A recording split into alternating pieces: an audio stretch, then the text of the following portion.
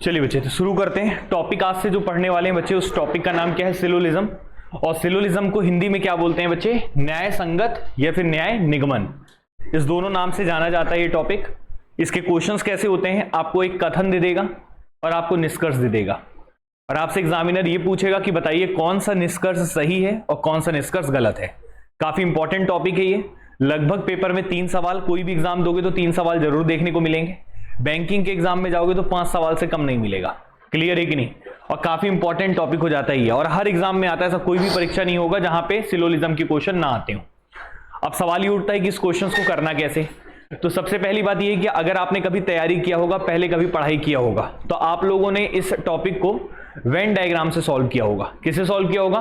Venn diagram से। तो Venn diagram का हल्का सा लॉजिक मैं आपको दूंगा, लेकिन एग्जाम में आपको वेन डायग्राम से न करके दूसरे मेथड से करिएगा, जो मैं आपको यहां पे एक्सप्लेन करूंगा और जो मैं यहां पे आपको बताऊंगा, ताकि कोई डाउट नहीं होगा और क्वेश्चन का जवाब बहुत आसानी से आएगा। ठीक है, तो अभी हम इसी टॉपिक को कंटिन्यू करते हैं। और टॉपिक का नाम क्या था बच्चे? हमारा सिलोलिज्म।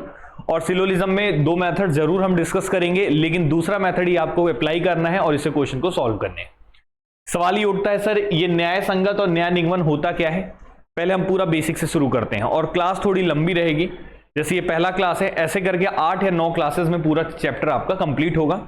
और इसके पीडीएफ जो है क्वेश्चन सॉल्व करने वाले, वो भी मैं आपको सेंड कर दूंगा। ठीक है, तो जो ऑनलाइन वाले बच्चे होंगे वो टेलीग्राम चैनल से उसको प्राप्त कर सकेंगे।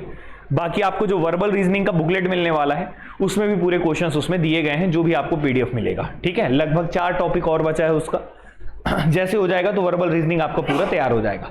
तो अपन टॉपिक को शुरू करते हैं। टॉपिक क्या था बच्चे? सिलोलिज्म। सबसे पहली बात, इसमें सवाल कैसे आता है पहले मैं आपको ये दिखा देता हूं, क्योंकि कोई बच्चा कभी भी ना पढ़ा हो, एकदम जीरो से शुरू कर रहे हैं, एकदम बेसिक से, ताकि आप लोग को हर एक चीज क्लियर हो। तो पहले तो मैं आपके सामने क्वेश्चन रखता हूं कि कैसा दिखता है क्वेश्चन, फिर उसके बाद मैं आपको एक एक करके समझाना शुरू करूंगा। ठीक है, तो सबसे पहली बात, सिलोलिज्म के क्वेश्चन होते कैसे हैं, दिखते कैसे हैं।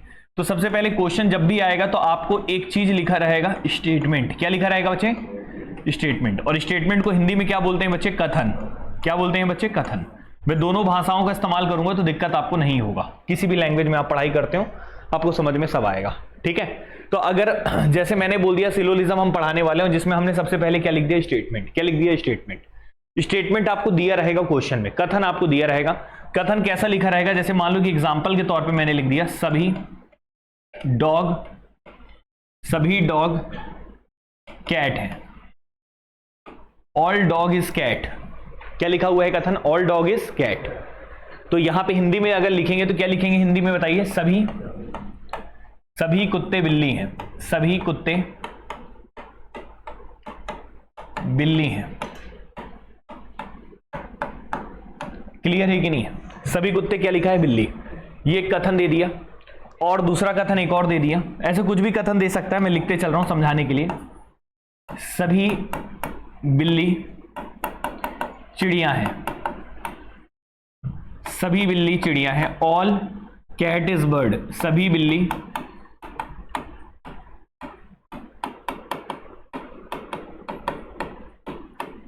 बिल्ली चिड़िया हैं। ठीक है, सभी बिल्ली चिड़िया हैं। ऐसे 2 कथन दे दिया। अब उसके बाद फिर क्या दिया रहेगा? निष्कर्ष। क्या दिया रहेगा? निष्कर्ष। निष्कर्ष को अपन इंग्लिश में क्या बोलते हैं? कंक्लूजन। क्या बोलते हैं? कंक्लूजन। और हिंदी में इसको क्या बोलते हैं बच्चे? निष्कर्ष। ठीक है, और एग्जाम में पहले कथन दिया रहेगा, फिर क्या दिया रहेगा? निष्कर्ष। निष्कर्ष जैसे दे दिया बच्चे यहां पे कि कुछ बिल्ली कुत्ते हैं। कुछ बिल्ली क्या है? कुत्ते। यहां पे मैंने लिख दिया कुछ बिल्ली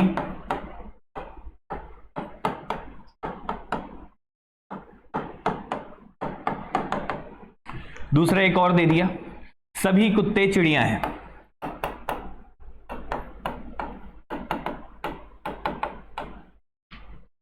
सभी कुत्ते चिड़िया हैं।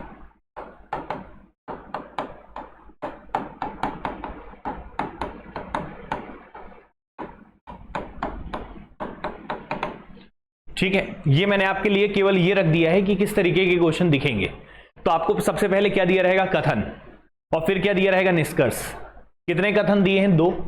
और निष्कर्ष भी कितने दिए हैं? 2। वैसे पेपर में बात करूं तो 2 कथन 2 निष्कर्ष ही जनरली देखने को मिलता है। कई बार 3 भी मिल जाता है, लेकिन देने को कितने भी दे सकता है और निष्कर्ष भी कितने भी दे सकता है। लेकिन जनरली जो पेपर में मिलता है 3 कथन जनरली मिलता है, 2 या 3 कथन, और निष्कर्ष भी 2 या 3 देता है। क्लियर है कि नहीं? लेकिन देने के लिए कितने भी दे सकता है, उसमें कोई दिक्कत नहीं है। ठीक है, तो ये आपको कथन दे दिया है, ये दे दिया है निष्कर्ष, ये स्टेटमेंट है और ये क्या है? कंक्लूजन। अब आपको इस स्टेटमेंट को देखते हुए ये तय करना है कि इनमें से कौन सा निष्कर्ष सही है और कौन सा गलत है। क्लियर है कि नहीं? आपको सही पहचानना है। क्या पहचानना है? सही, कि कौन सा कंक्लूजन इस कथन के अनुसार सही बैठ रहा है। तो ये हमें यहां पे करना रहता है। और ऑप्शन कैसे दिया रहता है? कथन और निष्कर्ष देने के बाद ऑप्शन देगा आपको। क्या ऑप्शन? इस तरीके का लिखा रहेगा, ऑप्शन दिया रहेगा।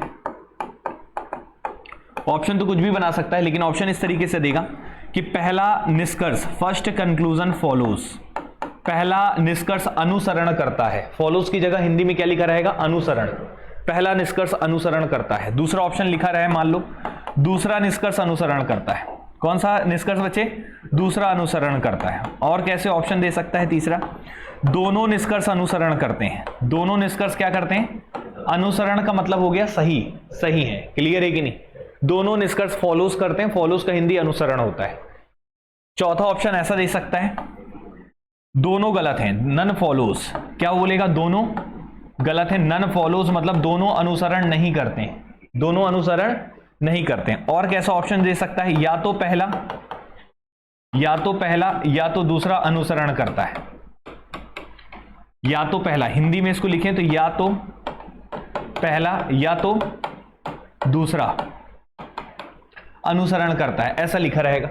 और नन फॉलोज की जगह लिखा ये भी दे सकता है, नीदर फॉलोज। क्या दे सकता है? नीदर फॉलोज मतलब कोई भी अनुसरण नहीं करता। क्लियर है? ये जनरली 5 प्रकार के ऑप्शन मैंने लिखे हैं। अब इनमें से अगर आप पेपर दे रहे हो जिसमें 4 ही ऑप्शन आते हैं, तो इनमें से कोई 4 उठा के दे देगा। बैंकिंग के एग्जाम दोगे तो 5 के 5 ऑप्शन दिखेंगे। क्लियर है कि नहीं? समझ में आ रहा है कि नहीं आ रहा है? तो ये इस तरीके के ऑप्शंस आते हैं। अब आपको ये देखना होगा कि सर कौन सा निष्कर्ष सही है, कौन सा गलत है, ये पता कैसे किया जाता है। अब ये पता करने के लिए पूरा डिटेल और पूरा कंसेप्ट अब आपको सिखाएंगे। क्लियर है कि नहीं? जिससे आप किसी भी निष्कर्ष को देखते हुए, कथन और निष्कर्ष को देखते हुए आप पता कर लें कि कौन सा निष्कर्ष सही है और कौन सा निष्कर्ष गलत है। क्लियर है कि नहीं? यही टॉपिक का नाम है, यही सिलोजिज्म है। यहां तक ओके सभी को? अब सवाल ही उठता है सर इसको करेंगे कैसे, है क्या, मतलब सॉल्व क्या करना है और बोल क्या रहा है पूरा टॉपिक, तो इसके बारे में भी थोड़ा चलते हैं। पहले यहां तक ओके था। अब आप ये बताइए कि यहां पे जो कथन लिखे हैं या जो निष्कर्ष लिखे हैं, इनको अगर आप पढ़ते हैं तो शाब्दिक अर्थ इनका कोई नहीं निकलता। शाब्दिक अर्थ कोई निकलता नहीं है।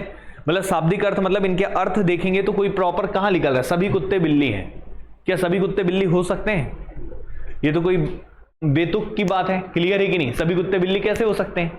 कुत्ते और बिल्ली अलग अलग प्राणी है। क्लियर है कि नहीं है? तो इस प्रकार के जो कथन होते हैं इनको हम बोलते हैं मीनिंगलेस स्टेटमेंट। क्या बोलते हैं? Meaningless statement. ऐसे कथन जिनका, ऐसे स्टेटमेंट जिनका कोई अर्थ नहीं निकलता। क्लियर है कि नहीं? अर्थ निकलता है लेकिन वो अर्थ नहीं निकलता जो आप पढ़ रहे हैं। क्लियर है कि नहीं? समझ पा रहे हैं? ठीक है। लेकिन एक और कथन और निष्कर्ष आप पढ़ते हैं, जैसे इसका हम कथन और निष्कर्ष टॉपिक भी बोल सकते हैं, लेकिन जनरली बोला क्या जाता है? न्याय संगत और न्याय निगमन। और एक और स्टेटमेंट कंक्लूजन आप टॉपिक पढ़ते हैं एनालिटिकल रीजनिंग में। कहां पे पढ़ते हैं? एनालिटिकल रीजनिंग में भी आप लोग पढ़ते हैं कथन और निष्कर्ष। लेकिन वहां पे जो कथन दिए रहते थे वहां पे उनका क्या निकलता था? मीनिंग निकलता था। क्या निकलता था? मीनिंग। मीनिंग मतलब क्या होता? अर्थ। ठीक है। ऐसे कथन दिए रहते थे जिसका वाकई में कुछ ना कुछ मीनिंग निकलता है, कुछ ना कुछ अर्थ निकलता है। लेकिन यहां पे जो स्टेटमेंट दिए हैं इनका कोई प्रॉपर अर्थ नहीं निकलता, ये कुछ भी बोल सकता है। जैसे यहां पे कुत्ते बिल्ली की जगह में ए और बी भी बोल सकता हूं। क्या बोल सकता हूं? जैसे कुत्ते की जगह मैंने ए बोल दिया और बिल्ली की जगह क्या बोल दिया? बी। तो सभी ए बी हैं, सभी बी सी हैं, ऐसे करके दे दिया। क्लियर है कि नहीं? तो यहां पे कुछ भी बोला जा सकता है, यहां पे कोई मीनिंग नहीं निकलता। लेकिन जो स्टेटमेंट कंक्लूजन एनालिटिकल रीजनिंग में पढ़ा जाता है उसका एक अर्थ निकलता है, उसका एक मीनिंग निकलता है। क्लियर है कि नहीं? तो वो हम तो पढ़ नहीं रहे। यहां पे कौन से पढ़ रहे हैं? जिनका मीनिंग नहीं निकलता। इसीलिए इनको क्या नाम दिया गया है? न्याय संगत न्याय निगमन यहां पे हम पढ़ते हैं। क्लियर है कि नहीं? अब हम आगे बढ़ते हैं, ध्यान से देखिएगा। न्याय संगत न्याय निगमन का मतलब यह है कि आपको एक न्याय करना है, कथन के अनुसार देखना है कि कौन सा निष्कर्ष सही है, कौन सा गलत है। क्लियर है कि नहीं? अभी पूरी कहानी को देखने के लिए, पूरी कहानी को समझने के लिए अब हम पूरा बेसिक से शुरू करेंगे कि कैसे हम पूरी चीजें पढ़ेंगे। पहले बताएं यहां तक क्लियर है कि नहीं? आप एक चीज देख रहे होंगे, जो कथन में लिखा है उसी टाइप का ही स्टेटमेंट कहां लिखा है? निष्कर्ष में। जैसे ऑल डॉग इज बर्ड, तो ऑल कैट इज बर्ड। तो ये ऑल वाला मतलब जो कथन है वो किस तरीके से या निष्कर्ष हैं उनमें जो स्टेटमेंट दिए हैं वो एक ही तरीके के दिए हैं। जैसे ऑल वाला यहां भी लिखा है, ऑल वाला यहां भी लिखा है, हाँ या ना। तो अब ये जो स्टेटमेंट होते हैं वो कितने प्रकार के होते हैं, पहले तो ये बताना पड़ेगा कि कथन क्या होते हैं, कितने प्रकार के होते हैं, उनको किस तरीके से क्लासिफाई किया गया है। ठीक है, तो ये सारी चीजें अभी मैं आपको पढ़ाना शुरू करूंगा। पहले बताएं इतना क्लियर है।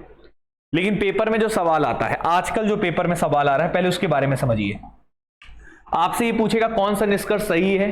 सबसे पहले तो यहां पे कंक्लूजन के बारे में जो पूछता है एग्जामिनर, कंक्लूजन को हिंदी में क्या बोलते हैं, निष्कर्ष। अच्छा, कथन और निष्कर्ष के बारे में थोड़ा बता देता हूं। कथन मतलब जो चीज मैं बोल रहा हूं, कोई भी व्यक्ति जो बोल रहा है, वे सारे क्या बन जाते हैं, कथन। क्या बन जाते हैं, कथन। अब उस कथन को सामने वाला व्यक्ति सुनकर उसको क्या समझता है, उसको हम क्या बोलते हैं, निष्कर्ष। क्या बोलते हैं, निष्कर्ष। जैसे मान लो मैंने कोई एक स्पीच दिया 1.5 घंटे का, पूरा एक स्पीच दिया और उस स्पीच में मैंने पाकिस्तान को बहुत उल्टा सीधा बोला, बहुत कुछ बोला, बांग्लादेश को मैंने बहुत कुछ बोला, वो एक स्टेटमेंट था मेरा, 1.5 घंटे का स्टेटमेंट था। क्लियर है कि नहीं। अब पत्रकार लोग रहते हैं, वो क्या करते हैं, वो निष्कर्ष निकालते हैं। वो 1.5 घंटे की स्पीच को तो नहीं छापेंगे ना पेपर में, वो क्या करेंगे, समरी बनाएंगे उसका, और समरी बना के कंसाइज करके एक छोटी लाइनों में लिख देंगे कि इनका कहने का तात्पर्य ये था। तो जो शॉर्ट फॉर्म में लिखा जाता है उसी को कायदे से क्या कहा जाता है, निष्कर्ष। लेकिन निष्कर्ष में वही बात कही जाती है जो कथन में होती है। क्लियर है कि नहीं, अपने से जोड़ के नहीं कहा जाता। बात समझ में आ रहा है। तो आपको यही चेक करना है कि किसका निकाला हुआ निष्कर्ष सही है और किसका निकाला हुआ निष्कर्ष गलत है। बात समझ में आ रहा है कि नहीं आ रहा है, क्लियर है। चलिए, तो अभी हम इसी टॉपिक को पढ़ेंगे। लेकिन यहां पे हमने बोला कि कंक्लूजन लिखा, जिसको हिंदी में क्या बोलते हैं, निष्कर्ष। आपके पेपर में आजकल 3 प्रकार के सवाल जनरली बनते हैं। कितने प्रकार के सवाल बनते हैं, 3। पहला आपसे ये पूछेगा कि बताइए इनमें से कौन सा निष्कर्ष 100% सही है, 100% सत्य है। सत्य का हिंदी क्या होगा, इंग्लिश क्या होगा, ट्रू। 100% ट्रू है। क्लियर है कि नहीं। निम्न में से कौन सा निष्कर्ष, निम्न में से कौन सा निष्कर्ष 100% सत्य है। ठीक है, ये सबसे बेसिक सवाल यही है और यही ज्यादातर आता है। दूसरा सवाल इसमें आता है कि निम्न में से कौन सा निष्कर्ष 100% गलत है। 100% क्या है, गलत। ये पहले नहीं आता था, अब आने लग गया है। 100% फॉल्स। अब आपको आजकल ये भी आने लग गया है। ये भी बताइए कि दिए गए निष्कर्षों में कौन सा 100% गलत है। 100% सही तो निकालना आपको आता है, अब 100% गलत भी निकालना है। तो 2 सवाल आते हैं बनते। क्लियर है कि नहीं। 100% सही बताइए और 100% गलत बताइए। तीसरा सवाल एक और आजकल आने लग गया है कि इनमें से कौन सा निष्कर्ष के सही होने की संभावना है। क्या है, सही होने की संभावना। संभावना को क्या लिखता है, पॉसिबिलिटी। क्या लिखता है बच्चे, पॉसिबिलिटी। पॉसिबिलिटी को हिंदी में क्या बोलते हैं, संभावना। इस सबका बढ़िया प्रैक्टिकल एग्जांपल आपको मिलेगा। जो भी चीज मैं यहां पे लिख रहा हूं ना, सबका प्रैक्टिकल एग्जांपल। आज की क्लास केवल फंडामेंटल है, बेसिक है। आपको प्रैक्टिकल एग्जांपल के साथ सारी चीजें समझाई जाएंगी। क्लियर है कि नहीं। लेकिन जो चीज मैं आपको बताऊंगा 7-8 दिन में, वो बहुत इंपॉर्टेंट रहेगा, वो पेपर में आएगा। क्लियर है कि नहीं। तो आज केवल बैकग्राउंड तैयार कर रहे हैं। आज ये मत समझना कि आज हम डायरेक्ट क्वेश्चन को शुरू कर दे रहे हैं, अभी हम बैकग्राउंड तैयार कर रहे हैं। पहले इतना क्लियर है। तो मुद्दे की बात यह है कि आपसे एग्जामिनर 3 चीजें पूछ सकता है कि बताइए कि कथन के अनुसार कौन सा निष्कर्ष 100% सही है, कथन के अनुसार कौन सा निष्कर्ष 100% गलत है, कथन के अनुसार कौन सा निष्कर्ष के सही होने की संभावना है। सही होने की संभावना का मतलब क्या होता है, हो सकता है, सही भी हो सकता है और गलत भी हो सकता है। जो हो सकता है, जिसके बारे में आप नहीं बोल सकते, उसी को आप बोल सकते हो सकता है। जैसे मैं बोल दूं आज शाम को 4 बजे तक बारिश होगी। ये जो मैंने कथन दिया है, शाम को 4 बजे तक क्या होगी, बारिश होगी। क्या इस बात की गारंटी है बारिश होगी? क्या इस बात की गारंटी है कि नहीं होगी? नहीं कह सकते कि ना। तो ये किस में आ गया, संभावना। किस में आ गया, संभावना। प्रोबेबिलिटी या फिर पॉसिबिलिटी। क्लियर है कि नहीं। ठीक है, तो यहां पे ये चीजें होती हैं। पहले बताएं, इतना क्लियर है। तो जिस चीज के बारे में आप कंफर्म नहीं होते, उन सारे निष्कर्षों को आप क्या बोलते हैं, संभावना। 100% सत्य, 100% असत्य और संभावना। ये 3 चीजें, 3 प्रकार के सवाल एग्जामिनर बनाएगा। लेकिन सबसे पहले जो हम क्लास में सीखेंगे वो 100% सत्य ढूंढना सीखेंगे। जब आप सत्य ढूंढना सीख जाएंगे तो असत्य और संभावना दोनों अपने आप क्लियर हो जाएगा। बात समझ में आ रहा है, कोई समस्या? ठीक है, तो ये तो मैंने आपको एक बैकग्राउंड कर तैयार किया कि सर कैसे होते हैं स्टेटमेंट और कंक्लूजन के क्वेश्चन, कैसे होते हैं सिलोलिज्म के क्वेश्चन, कैसे होते हैं न्याय संगत के क्वेश्चन। ठीक है, अच्छा, जो 100% गलत है और 100% सही है उसके बारे में तो हमने बोल दिया, लेकिन जो संभावना होता है वो 100% सही नहीं होता, वो 100% से कम सही होता है। तो लेस देन 100% मैंने लिख दिया है। क्या लिख दिया है? Less than 100%। लेस देन 100% मतलब क्या? वो बात 100% सही नहीं है, ना 100% गलत है, वो 100% से कम सही है। हो सकता है 90% सही हो सकता है 98% सही हो सकता है 99.99% सही हो। ये जितनी भी चीजें हैं ये सब संभावना में आएंगी। क्लियर है कि नहीं? अगर मैं बोलता हूं 99.99% चांस है कि आज बारिश नहीं होगी, तो ये क्या है? ये क्या है? संभावना। क्या है? जब तक 100% नहीं होता तब तक आप एक्यूरेसी आप वो नहीं बोल सकते कि हाँ ये होगा या नहीं होगा। क्लियर है कि नहीं? अगर आप बोलते हो कि मेरे पास होने के 80% चांसेस हैं, तो ये क्या है? संभावना है। क्या है ये? संभावना। परसेंटेज से ऊपर नीचे मत जाना कि 50 के ऊपर है तो वही होगा। संभावना मतलब संभावना चाहे कितना भी परसेंट हो, बस 100% नहीं टच होना चाहिए। क्लियर है कि नहीं? 100 से जितना भी कम होगा सब संभावना में आता है। यहां तक ओके सभी को? तो ये तो हो गया बहुत ही थ्योरेटिकल बात, बहुत ही बेसिक सी बात जो आपसे बच्चों को थोड़ा सा बताना जरूरी होता है बैकग्राउंड तैयार करने के लिए। अब हम मेन टॉपिक को शुरू करते हैं थोड़ा बेसिक से। तो सबसे पहले हम चलते हैं, यहां पे दो चीजों के बारे में जिक्र हो रहा है, एक तो स्टेटमेंट और एक कंक्लूजन। तो पहले हम स्टेटमेंट में चलते हैं। स्टेटमेंट को हम लिखते हैं कितने प्रकार के कथन टोटल तैयार किए जा सकते हैं, और वही कथन कथन में भी यूज होगा और वही कथन निष्कर्ष में भी यूज होगा। क्लियर है कि नहीं? तो टोटल कितने प्रकार के स्टेटमेंट होते हैं ये हम लिखेंगे। तो हेडिंग में लिखिएगा टाइप्स ऑफ स्टेटमेंट। क्या लिखिएगा? Types of statement. तो कथन के प्रकार लिखिए सबसे पहले कि कथन कितने प्रकार के होते हैं। तो हेडिंग में रहेगा types of statement. Types of statement, कथन के प्रकार। कथन के प्रकार, टाइप्स ऑफ स्टेटमेंट। क्लियर है बच्चे? अब जो कथन के प्रकार होते हैं उनको दो तरीके से डिवाइड किया गया है। कथन के प्रकार को दो तरीके से डिवाइड किया गया है। ठीक है, एक होता है बच्चे यूनिवर्सल स्टेटमेंट और एक होता है पर्टिकुलर। तो मैं इंग्लिश में ही लिख रहा हूं, हिंदी में मीनिंग जानने की इसकी आवश्यकता नहीं है, वैसे ही मैं समझा दूंगा क्योंकि मैं अपने से क्लासीफाई कर रहा हूं यहां पे। क्लियर है कि नहीं? ठीक है, तो यहां पे कोई प्रॉपर शब्द नहीं है तो बस लिख लेते हैं। टाइप्स ऑफ स्टेटमेंट को हम लोगों ने दो हिस्सों में बांटा है, एक होता है यूनिवर्सल। क्या होता है? यूनिवर्सल। और एक होता है पर्टिकुलर। दोनों में अर्थ क्या है, दोनों का अंतर क्या है पहले ही बताएंगे। एक यूनिवर्सल है और एक क्या है बच्चे? पर्टिकुलर। यूनिवर्सल का मतलब एक ऐसा कथन जो 100% जानकारी दे, जो संपूर्ण जानकारी दे, उसको यूनिवर्सल स्टेटमेंट कहते हैं। ऐसा कथन जो 100% जानकारी दे उसको यूनिवर्सल स्टेटमेंट बोलते हैं। और एक ऐसा स्टेटमेंट जो 100% से कम जानकारी दे, पूरी जानकारी ना दे, कम दे, कुछ परसेंट के बारे में डिस्कशन हो, वो 100 से कम कितना भी हो सकता है। तो एक ऐसा कथन जो पूरी जानकारी दे उसको हम यूनिवर्सल के अंतर्गत रखेंगे, और वो कथन जो पूरी जानकारी ना दे उसको हम किसके अंतर्गत रखेंगे? पर्टिकुलर। क्लियर है कि नहीं? तो इस तरीके से कथन को कितने हिस्सों में बांटा गया है? दो, एक संपूर्ण जानकारी देने वाला और एक अधूरी जानकारी देने वाला। क्लियर है कि नहीं? अब संपूर्ण जानकारी देने वाला जो कथन होता है इसको भी दो हिस्सों में बांटा गया है। इसमें एक स्टेटमेंट होता है पॉजिटिव और एक होता है नेगेटिव। एक होता है पॉजिटिव कथन और एक होता है नेगेटिव कथन। पॉजिटिव और नेगेटिव का मतलब हो गया, हिंदी में बोले तो धनात्मक और ऋणात्मक, लेकिन आप पॉजिटिव नेगेटिव लिखिए, ज्यादा बेटर होगा। उसी प्रकार से पर्टिकुलर को भी दो हिस्सों में बांटा गया है, पॉजिटिव स्टेटमेंट और नेगेटिव स्टेटमेंट। क्लियर है कि नहीं? समझ में आ रहा बच्चे? पॉजिटिव स्टेटमेंट और नेगेटिव, यहां भी पॉजिटिव और नेगेटिव। और पॉजिटिव को शब्दों में अगर हम रिप्रेजेंट करें, एक ऐसा कथन जिसकी शुरुआत किससे हो? ऑल से। किससे हो? और ऑल का हिंदी क्या होता है? सभी। क्या होता है? सभी। इसको हम पॉजिटिव के अंतर्गत लेते हैं। किसके अंतर्गत लेते हैं? पॉजिटिव तो है ही है, लेकिन साथ में सभी। जैसे मान लो एग्जांपल के तौर पे मैंने लिखा सभी ए बी हैं, ऑल ए इज बी। मैंने हिंदी में लिखा सभी ए बी हैं, सभी ए बी हैं, ऑल ए इज बी। तो आप मुझे एक बात बताइए, सभी ए बी अगर मैं बोल रहा हूं, जितने ए हैं सारे के सारे क्या हैं? बी। तो सभी ए बी बोल रहा हूं बच्चे, तो ये बताइए ये पूरी कंप्लीट जानकारी दे रहा है ना, जितने ए हैं सब बी। मतलब मैं अगर बोलता हूं सभी लड़के इंटेलिजेंट हैं, सभी लड़के मतलब दुनिया में जितने भी लड़के पाए जा रहे हैं सब क्या है, इंटेलिजेंट। क्लियर है कि नहीं? मतलब ये सभी लड़कों के बारे में जिक्र कर रहा हूं, इसलिए इसको हम किसके अंतर्गत रखेंगे, यूनिवर्सल, क्योंकि कंप्लीट लड़कों की जानकारी दे रहा है, सभी लड़कों की जानकारी दे रहा है।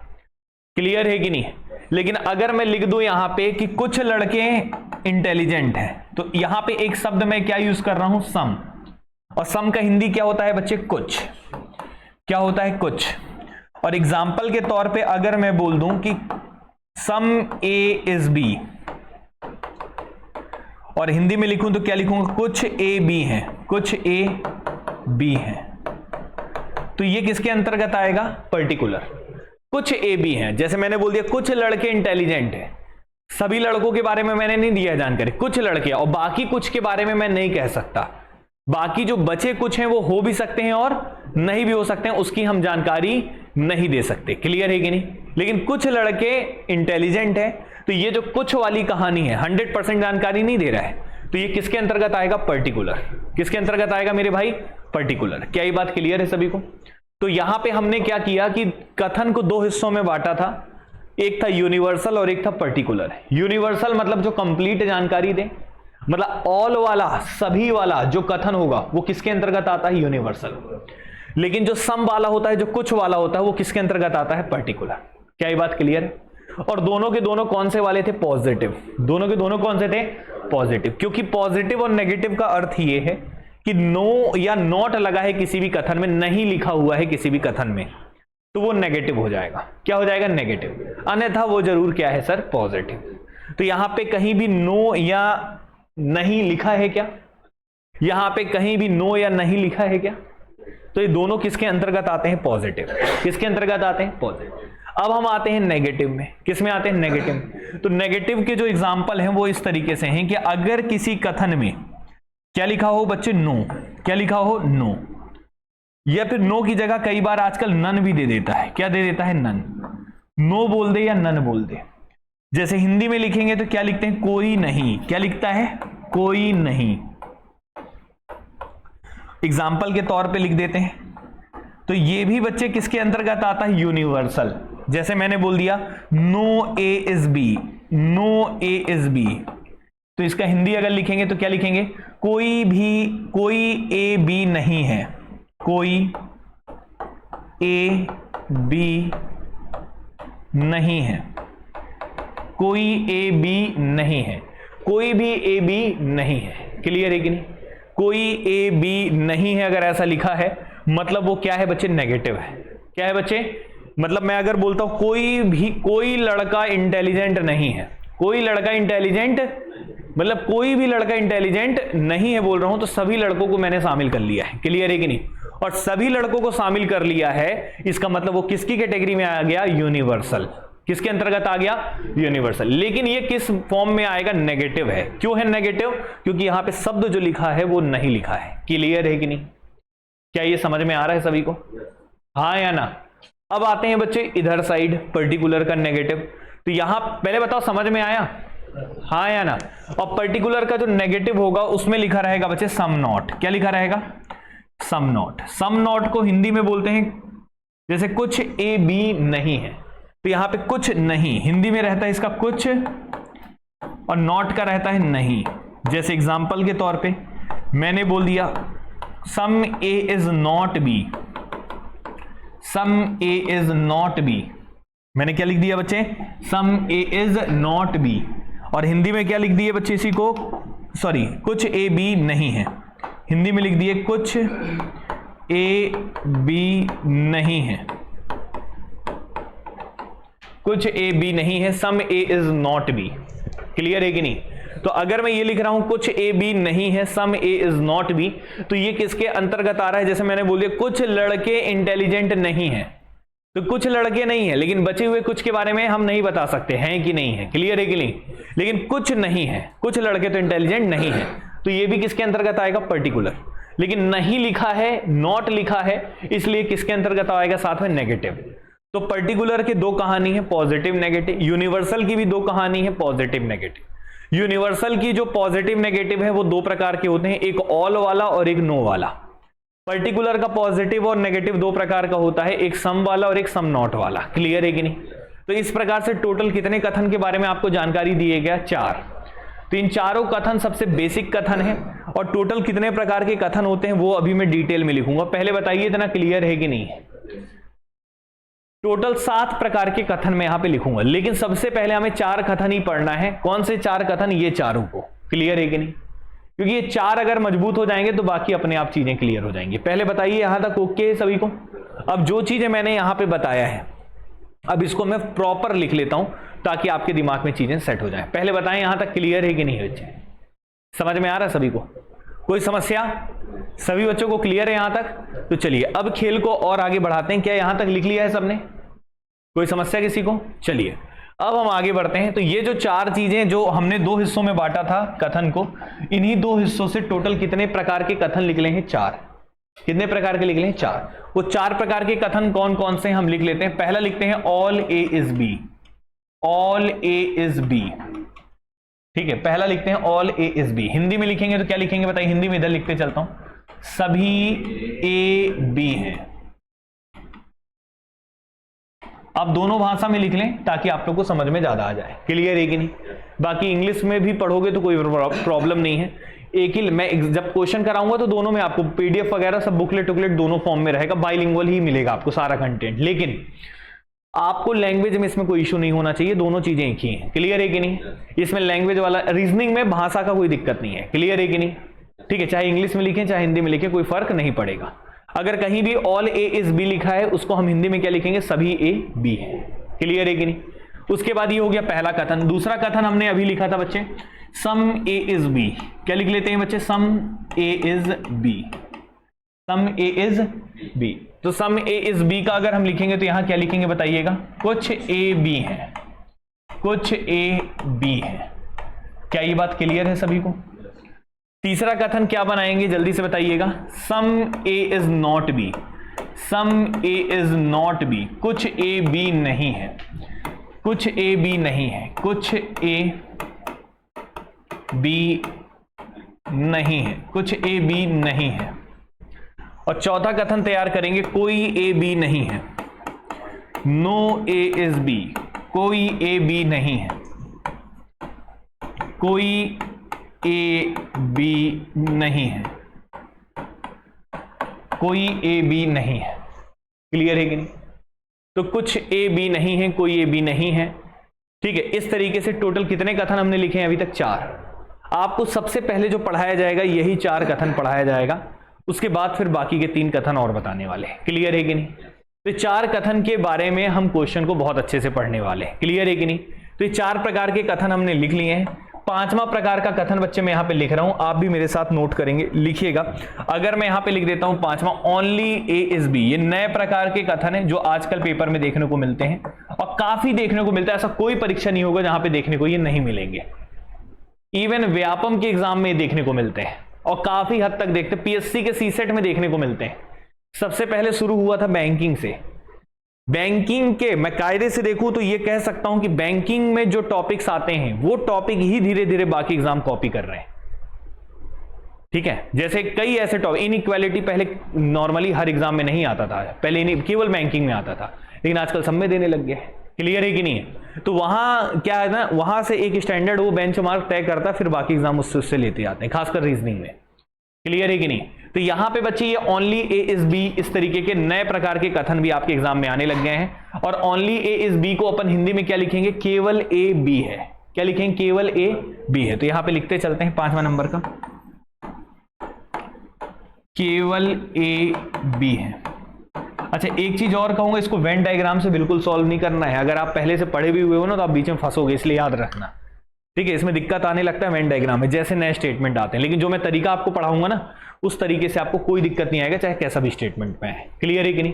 तो यहाँ पे ओनली ए इज बी लिखा हुआ है, जिसमें हिंदी में क्या लिखे हैं? केवल ए बी है। अगला लिख लीजिएगा बच्चे यहाँ पे, only a few A is B. केवल कुछ ए बी है।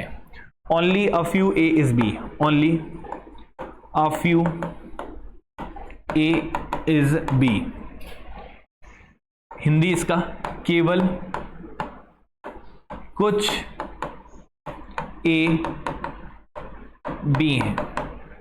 ये हो गया चौथा, सॉरी 2 और हो गए। केवल ए बी है और केवल कुछ ए बी है, दोनों में फर्क है बहुत बड़ा। क्या फर्क है वो हम क्वेश्चन के साथ आगे देखेंगे। क्लियर है कि नहीं? अगला लिखिएगा बच्चे, only a few A R not be. Only a few A R not be, केवल कुछ ए बी नहीं है, केवल कुछ ए बी नहीं है। तो टोटल 7 प्रकार के कथन के बारे में हम लोग क्लास में जिक्र करेंगे। बाकी अन्य जो कथन होंगे वो इसके साथ ही पढ़ेंगे, इसी के साथ के कंसेप्ट है वो। क्लियर है कि नहीं? कोई दिक्कत किसी को? तो ये कितने कथन हमने लिखे हैं बच्चे? 4। कितने लिखे हैं? सॉरी 7, जिसमें कि सबसे पहले हम 4 पे फोकस रहेगा, फिर ये 3 को हम साथ में समझ लेंगे। क्लियर है कि नहीं? ये 4 सीख जाओगे तो बाकी समझने में दिक्कत नहीं होगा, इसलिए पहले हम 4 पे ही केवल फोकस करेंगे, पूरे 7 एक साथ नहीं बताएंगे। पहले 4 सिखाने के बाद फिर हम 7 पे फोकस करेंगे। पहले बताएं इतना क्लियर है कि नहीं? यहां तक ओके? तो टोटल कितने प्रकार के कथन हो गए हैं? 7। तो कथन के प्रकार भी हमने आपको बता दिया कि कैसे कैसे कथन आपको एग्जाम में देखने को मिल सकते हैं, क्वेश्चन में देखने को मिल सकते हैं। अब हम आपको ये बताएंगे कि सर आप पढ़ा क्या रहे हो। पहले तो ये बताओ, आपने पूरा थ्योरी बता दिया, पढ़ा क्या रहे हो यही नहीं समझ में आ रहा है कि कथन निष्कर्ष है क्या। प्रॉपर हमें बताइए, प्रैक्टिकल अप्रोच से बताइए कि ये टॉपिक आप पढ़ क्या रहे हैं या पढ़ा क्या रहे हैं। तो अब मैं आपको एक प्रैक्टिकल अप्रोच से एक एग्जांपल देता हूं, उससे आपको ये समझ में आ जाएगा कि आप पढ़ क्या रहे हैं। न्याय निगमन, न्याय संगत और कथन निष्कर्ष है क्या। और इसका एक प्रैक्टिकल एग्जांपल के लिए प्रैक्टिकल एक चीजें हम कोई भी एक कथन दे देते हैं सिंपल सा, और उसके साथ आपको समझाते हैं कि आपको करना क्या है। ये टॉपिक में आपको टॉपिक में ये करना है कि कौन सा निष्कर्ष सही है या कौन सा निष्कर्ष गलत है या कौन से निष्कर्ष के सही होने की संभावना है। ये 3 चीजें आपको फाइंड आउट करनी है। क्लियर है कि नहीं? और ये समझाने के लिए एक एग्जांपल हम रखते हैं। पहले कथन के प्रकार क्लियर है, अभी हम इनके बारे में अच्छे से भी पढ़ेंगे, अभी इसके बारे में डिटेल में पढ़ेंगे। पहले बताएं यहां तक क्लियर है कि नहीं? लेकिन उसके पहले एक प्रैक्टिकल एग्जांपल के लिए मैं आपके सामने कुछ चीजें लिख रहा हूं, वो आप लोग भी लिखेंगे और हिंदी में ही लिखेंगे, ताकि एक बात आपको समझ में आ जाए, एक कहानी आपको समझ में आ जाए। ठीक है? तो मैं आपके सामने एक स्टेटमेंट बोल रहा हूं, आप सब लोग कॉपी में लिख लीजिएगा। राम मोहन का पिता है और मोहन एक्स का भाई है। राम मोहन का पिता है, स्टेटमेंट लिख रहा हूं मैं समझाने के लिए, प्रैक्टिकल अप्रोच। राम मोहन का पिता है, मोहन एक्स का भाई है। ठीक है बच्चे, राम मोहन का पिता है और मोहन एक्स का भाई है। ये सिंपल स्टेटमेंट मैंने दे दिया एक लैंग्वेज से समझाने के लिए, बस आपको ये बताया गया है। ठीक है? अब यहां पे हम लिखते हैं निष्कर्ष। ये प्रैक्टिकल अप्रोच समझाने के लिए था कि कितने कैसे हमको तय करना है कि कौन सा निष्कर्ष 100% सही है, कौन सा निष्कर्ष 100% गलत है और कौन से निष्कर्ष के सही होने की संभावना है। अब यहां से 3 निष्कर्ष निकाला है, वो तीनों निष्कर्ष को मैं पहले लिख दे रहा हूं। ठीक है? पहला निष्कर्ष लिखा है राम एक्स का पिता है। पहला निष्कर्ष लिखा हुआ है राम एक्स का पिता है। राम एक्स का पिता है। इंग्लिश में लिखना हो तो लिख लेना, Ram is the father of x. Ram is the father of x. दूसरा लिखा है राम एक्स की माता है। राम एक्स की माता है।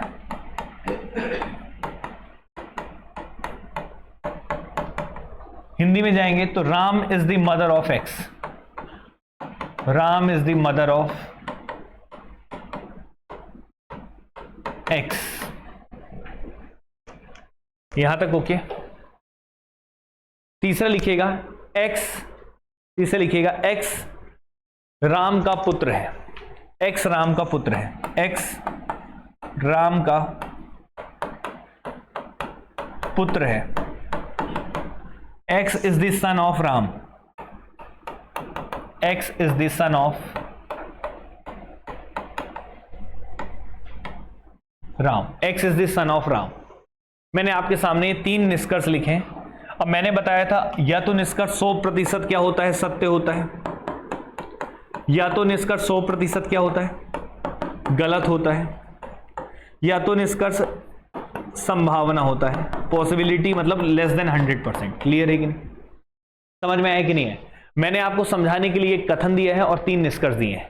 इनमें से आपको यह देखना है कि कौन सा निष्कर्ष 100% सही है, कौन सा निष्कर्ष 100% गलत है, कौन से निष्कर्ष के सही होने की संभावना है, और ये समझाने के लिए एक कथन दिया हो। तो निष्कर्ष क्या है ये तय कौन करेगा? कथन। कौन तय करेगा? कथन। अब कथन को हम पढ़ेंगे और एक डायग्राम बनाते हैं। ये वैसे कहानी जो है ये ब्लड रिलेशन का है। किसका है बच्चे? रक्त संबंध का है, लेकिन ब्लड रिलेशन हम बाद में आपको टॉपिक पढ़ा देंगे, इसलिए अभी इस पे ज्यादा फोकस करने की जरूरत नहीं है। बस अभी आपको ये सॉल्व करके हम समझा रहे हैं। क्लियर है कि नहीं? तो अभी क्या लिखा है देखिएगा, इसका एक डायग्राम बनाते हैं। राम मोहन का क्या लिखा है? पिता। राम मोहन का क्या है? पिता। तो राम पिता है तो राम को ऊपर बना दो और उसके नीचे किसको बना दो? मोहन को। क्योंकि राम अगर पिता है तो हमेशा एक पीढ़ी ऊपर होगा, वो एक जनरेशन ऊपर होता है। क्लियर है कि नहीं? बाकी ब्लड रिलेशन के बारे में जिक्र नहीं कर रहा हूं, बस मैं ऐसे ही समझा दे रहा हूं। क्लियर है कि नहीं? तो राम मोहन का पिता है और पिता होने के कारण इसका जेंडर क्या होगा? मेल। क्या होगा? मेल। और मेल के लिए मैं हमेशा ट्राइंगल बना दूंगा, याद रखना। किसी के ऊपर अगर मैं ट्राइंगल बना देता हूं मतलब वो क्या जेंडर कहलाएगा? उसका पुरुष। और अगर सर्कल बना दूंगा तो उसका जेंडर क्या कहलाएगा? फीमेल। ठीक है, जिसको अपन हिंदी में लिंग बोलते हैं। क्लियर है कि नहीं? ठीक है, तो ये है एक पुरुष, राम मोहन का क्या है? पिता है। तो राम के ऊपर हमने क्या बना दिया? ट्राइंगल। यहां तक क्लियर है? पहले हम कथन के अनुसार इसको बना रहे हैं। तो राम मोहन का पिता है, तो ये हमने डायग्राम बनाया। आगे लिखा है मोहन एक्स का भाई है। मोहन किसका भाई है? एक्स का। तो ये जो मोहन है वो किसका भाई है बच्चे? एक्स का।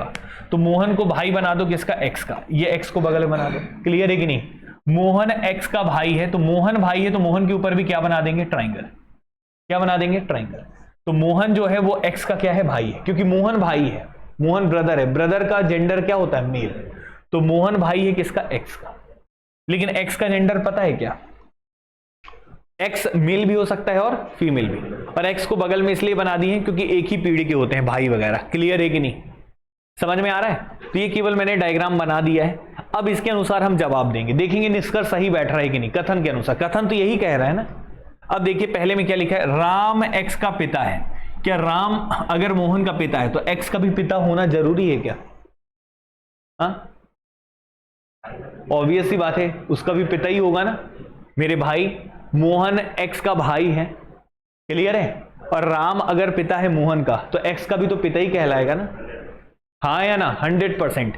तो मतलब ये 100% क्या है बच्चे? सत्य बात है। क्लियर है कि नहीं है? हाँ या ना? ठीक है ना?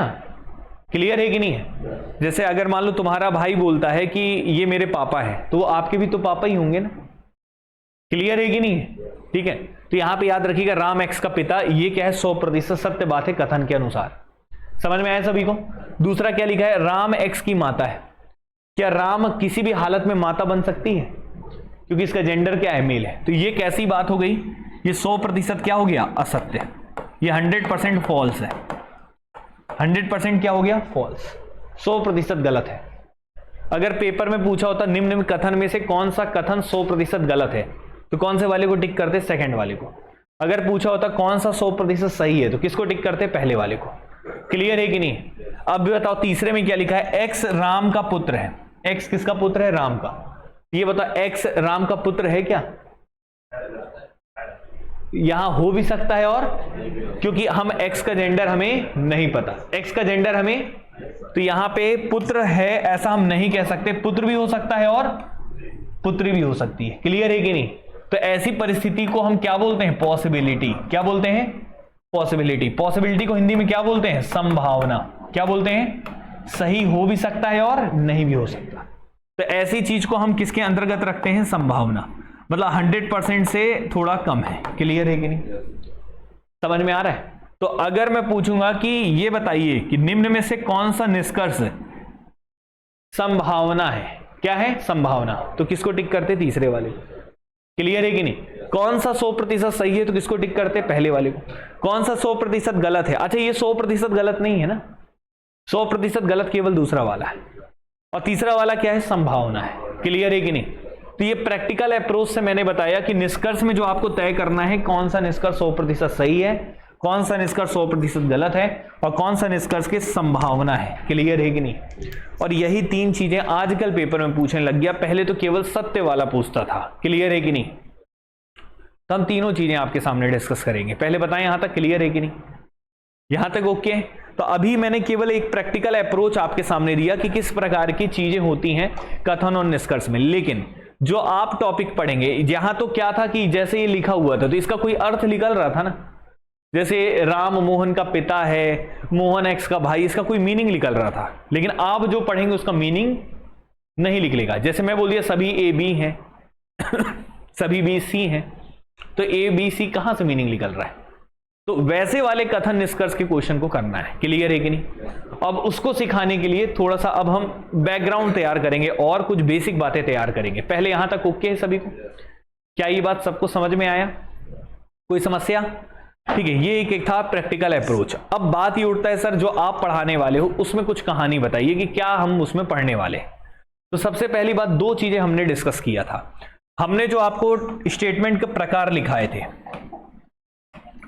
टाइप्स ऑफ स्टेटमेंट जब हमने लिखवाया था तो हमने कितने हिस्सों में बांटा था? 2, एक यूनिवर्सल और दूसरा, और उसमें भी 2 हिस्से थे, पॉजिटिव और यही था, हाँ या ना? और एग्जाम्पल के तौर पे जैसे हमने लिखा था एक all A is B. Clear है कि नहीं? तो अगर मैं लिखता हूं ऑल ए इज बी, तो अब ध्यान से सुनिएगा, यहां पे जो ए दिख रहा है और ये जो बी दिख रहा है, हिंदी में लिखे थे तो क्या लिखे थे? सभी ए बी हैं।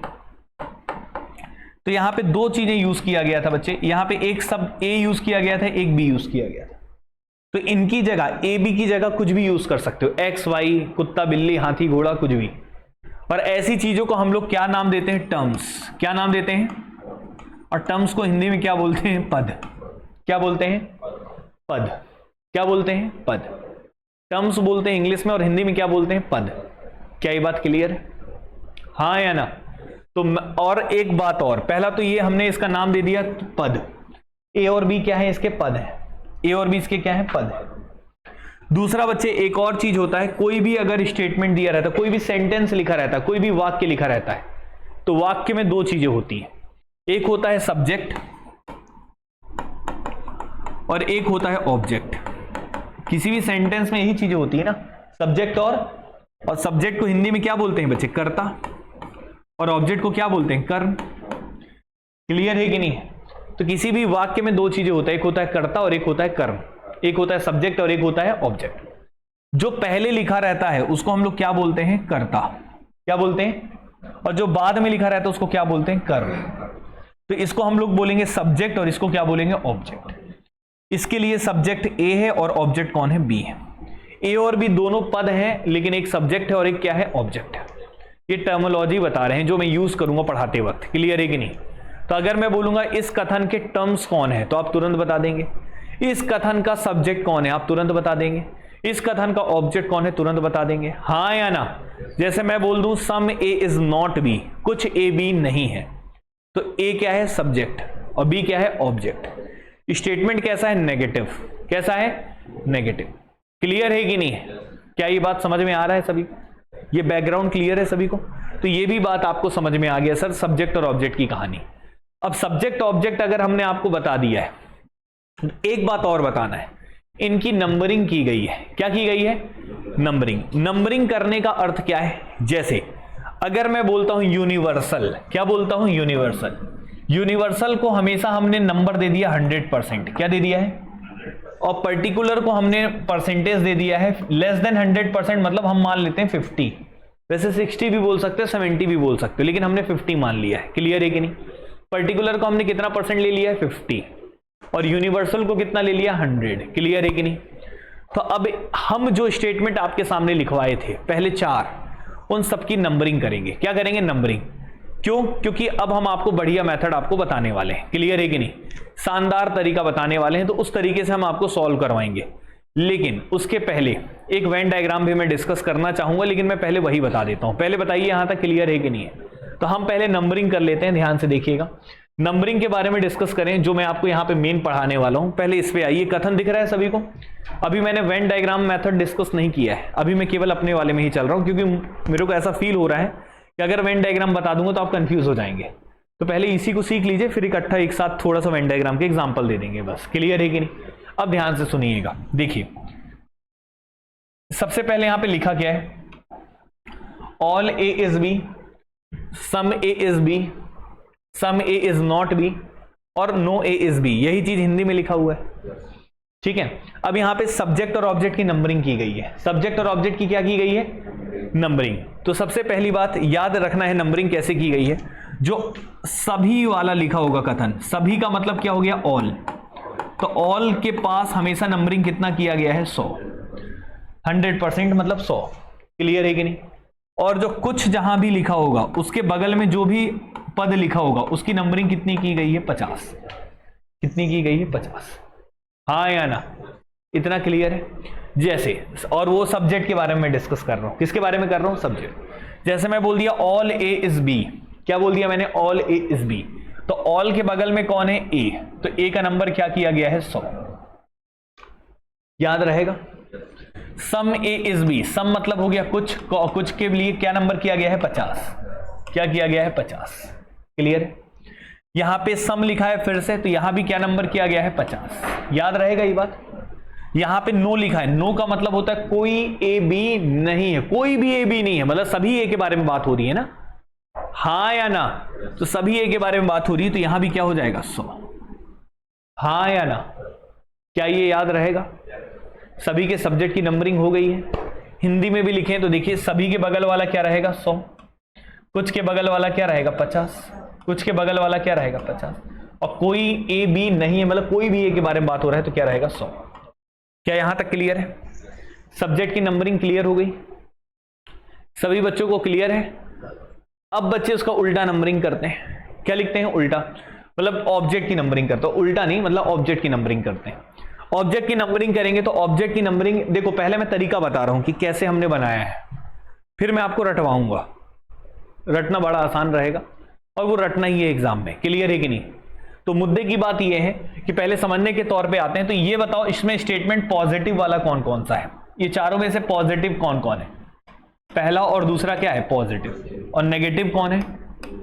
क्लियर है कि नहीं? इन चार के बारे में, इन तीन के बारे में भी डिस्कशन नहीं है, लास्ट में होगा। क्लियर है कि नहीं? पहले बताइए, पहले दो पॉजिटिव और आखिरी के दो क्या है? नेगेटिव। पहचान कैसे हुआ? नॉट या नो लगा है। क्लियर है कि नहीं? यहां पे भी जाएंगे तो पहले दो क्या है बच्चे? पॉजिटिव, और आखिरी के दो क्या है? नेगेटिव। वो इंग्लिश में लिखा है, हिंदी में लिखा है, कोई दिक्कत तो नहीं है। अब याद ये रखना कि पॉजिटिव स्टेटमेंट जो भी रहेगा उसका ऑब्जेक्ट हमेशा 50 होता है। कितना होता है? तो पॉजिटिव स्टेटमेंट का जो ऑब्जेक्ट होता है वो 50 होता है। याद रखना क्यों होता है, ये भी रीजन दे सकते हैं, लेकिन अभी इतना डिटेल बता दूंगा तो आपके लिए बहुत ज्यादा हेक्टिक हो जाएगा, इसलिए आराम आराम से दवाई धीरे धीरे लेना है। क्लियर है कि नहीं? पहले ये समझिएगा कि यहां पे इसके ऑब्जेक्ट को क्या मानेंगे? 50। पॉजिटिव स्टेटमेंट के ऑब्जेक्ट को क्या मानोगे? याद रहेगा ये बात? और नेगेटिव स्टेटमेंट के ऑब्जेक्ट को क्या मानोगे? 100। क्या मानोगे? याद रहेगा कि नहीं रहेगा? तो पॉजिटिव स्टेटमेंट के ऑब्जेक्ट को क्या मानना है? 50। और नेगेटिव स्टेटमेंट के ऑब्जेक्ट को क्या मानना है? 100। ये भूलोगे तो नहीं? पॉजिटिव स्टेटमेंट के ऑब्जेक्ट को क्या मानना है? 50। पॉजिटिव स्टेटमेंट के ऑब्जेक्ट को मानना है 50। नेगेटिव स्टेटमेंट के ऑब्जेक्ट को क्या मानना है? 100। याद रहेगा? और इस तरीके से एक नंबर तैयार हो गया। नंबर क्या तैयार हुआ? 100, 50, 50, 50, 50, 100, 100, 100। हाँ या ना? क्लियर है कि नहीं? अब ये जो नंबरिंग की गई है कथनों की, ये फिक्स नंबरिंग है, चेंज नहीं होगा। अगर ऐसे कथन लिखे हो, अगर यहां पे लिख दिया होता सभी एक्स वाई हैं, तो एक्स के पास नंबर क्या पहुंच जाता? 100, और वाई के पास क्या पहुंच जाता? 50। क्लियर है कि नहीं? अब ये नंबरिंग आपको याद करनी है ताकि कोई कंफ्यूजन ना हो। वेन डायग्राम में कंफ्यूजन शुरू होगा, लेकिन इसमें कोई कंफ्यूजन नहीं होगा। तो ये मेथड मैं पहले डिस्कस कर रहा हूं, क्योंकि अगर मैं वेन डायग्राम की बात करता ना तो आपको थोड़ा सा तकलीफ आना शुरू हो जाता, लेकिन अभी आप आराम से पढ़िए, दिक्कत कहीं नहीं आएगा। पहले बताएं यहां तक क्लियर है कि नहीं? समझ में आ रहा है सभी को? तो ये बताइए नंबरिंग क्लियर है कि नहीं है? ये जो हमने नंबरिंग किया है, नंबरिंग सबको समझ में आया? तो अब ये नंबरिंग याद करना है मेरे भाई। क्या सबने कॉपी में लिख लिया है? अब इस नंबरिंग को याद करना है। तो अब मैं आपसे बोलता हूं, अगर मैंने बोल दिया ऑल x इज y, सभी x y हैं, तो x के पास कितना नंबर होगा 100 और y के पास कितना होगा 50। क्लियर है कि नहीं? अगर मैं बोल दूंगा कुछ x y हैं, सम x इज y, तो दोनों के पास क्या होगा 50-50। क्या होगा 50-50। अगर मैं बोल दूंगा सम a इज नॉट b, कुछ a b नहीं है, तो क्या नंबर होगा 50-100। क्या होगा? अगर मैं बोल दूंगा कोई भी ए बी नहीं है, तो क्या नंबर होगा 100-100। क्लियर है कि नहीं? तो 100 बात की एक बात, इसको याद अगर करना है तो मेरे हिसाब से ये 4 बार 5 बार लिखोगे तो याद हो भी जाएगा। इनमें से सबसे आसान याद करने वाला दूसरा वाला है, और कौन सा वाला है? चौथा वाला, क्योंकि दूसरे वाले में दोनों जगह 50-50 है और चौथे वाले में दोनों जगह क्या है 100-100 है। क्लियर है कि नहीं? तो अगर मैं बोल दूं कि कुछ ए बी है, तो दोनों के पास क्या नंबर होगा 50-50, और कोई भी ए बी नहीं है तो दोनों के पास क्या होगा 100-100। क्या ये याद हो गया? क्या ये याद हो गया? कुछ ए बी है बोलूंगा तो दोनों के पास क्या होगा 50-50, और कोई भी ए बी नहीं है तो दोनों के पास क्या होगा 100-100। क्लियर है कि नहीं? लेकिन अगर बोलूंगा ऑल वाला तो क्या होगा 100-50, और सम नॉट वाला बोलूंगा तो क्या हो जाएगा 50-100। क्लियर है कि नहीं? समझ में आया कि नहीं है? अब ये एकदम कंठस्थ होगा, तब आपको बेहतरीन नियम बताए जाएंगे 2। कितने नियम बताए जाएंगे? 2। और ये सारी बातों को नियम से जोड़ दूंगा, तो वो टॉपिक में आप किसी भी निष्कर्ष को देखकर पता कर लेंगे कि सर ये सही है कि गलत है, और इसके साथ आपका बेसिक तैयार हो जाएगा। लेकिन साथ में मैं आपको वेन डायग्राम भी थोड़ा सा हिंट दूंगा कि ऐसा होता है वेन डायग्राम में, लेकिन वेन डायग्राम आज हिंट नहीं दूंगा, उसके लिए थोड़ा समय दूंगा और कल दूंगा। क्लियर है कि नहीं? और इसको आगे नियम हम कल बताएंगे। आज हमने केवल बैकग्राउंड तैयार किया है। क्लियर है कि नहीं? समझ में आया सभी को? तो 100 बात की एक बात आपको अब याद करना पड़ेगा मेरे भाई। तो याद मेरे ख्याल से आप लोग को हो चुका होगा, हो गया है कि नहीं हुआ है? तो मैंने कितने प्रकार के कथन लिखे हैं? 4। एक लिखा है ऑल वाला, ऑल वाला बोलूंगा मतलब समझ जाओगे। एक बोलूंगा सम वाला, याद रहेगा। एक बोलूंगा सम नॉट वाला, याद रहेगा। एक बोलूंगा नो वाला, याद रहेगा। ऐसे याद रखना जैसे मैंने खुद किया है। ऑल वाला, सम वाला, सम नॉट वाला, नो वाला। क्लियर है कि नहीं? ऑल वाले, अच्छा सम वाले की नंबरिंग क्या होती है? 50-50, याद रहेगा, हाँ या ना? और नो वाले की नंबरिंग क्या होती है? 100-100। ये दोनों तो अपने आप याद हो गया, हाँ या ना? अब ऑल वाले की नंबरिंग क्या होती है? 100-50, और सम नॉट वाले की क्या होती है? 50-100। क्या याद रहेगा, हाँ या ना? क्या सभी बच्चों को याद हो चुका है? सम नॉट की नंबरिंग क्या है? 50-100। सम से शुरू है ना इसलिए 50-100, और ऑल से शुरू है इसलिए 100-50। सम है केवल तो 50-50, और नो है तो 100-100। क्लियर है कि नहीं बच्चे? तो ये चारों स्टेटमेंट की नंबरिंग अगर आपको याद है, तो कल हम आपको पढ़ाएंगे कि कौन सा निष्कर्ष सही है, कौन सा निष्कर्ष गलत है। इसके लिए कुछ नियम बताएंगे, 2 छोटे छोटे नियम, उससे आप किसी भी कथन के निष्कर्ष का पता कर लेंगे, बेसिक वाले। क्लियर है कि नहीं? और फिर उसी को अपग्रेड करके धीरे धीरे धीरे धीरे करके बहुत बढ़िया से कहानी को आगे लेके जाएंगे। क्लियर है कि नहीं? ये मेथड से हमें करना है। इस मेथड का हमने एक नाम दिया है इनकम एक्सपेंडिचर मेथड। क्या नाम दिया है और वो क्यों दिया गया है वो कल बताएंगे। क्लियर है कि नहीं?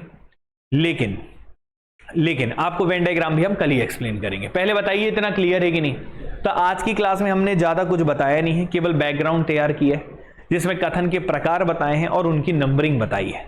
कल हम नियम बताएंगे और कल हम आगे कहानी को लेके चलेंगे। पहले बताइए इतना क्लियर है कि नहीं? क्या सबको समझ में आया? तो आज की क्लास में एकदम फंडामेंटल डिस्कस था। आपको ये थोड़ा सा टॉपिक कल से आपको समझ में आने लगेगा कि आप पढ़ क्या रहे हैं। आज तो केवल बेसिक था, आज आपने कुछ पढ़ा ही नहीं है। आज आपको केवल ये फंडामेंटल इंपॉर्टेंट चीजें बताई गई हैं, जो बेसिक चीजें जो रोज नहीं बताई जा सकती। क्लियर है कि नहीं? पहले बताएं इतना क्लियर है?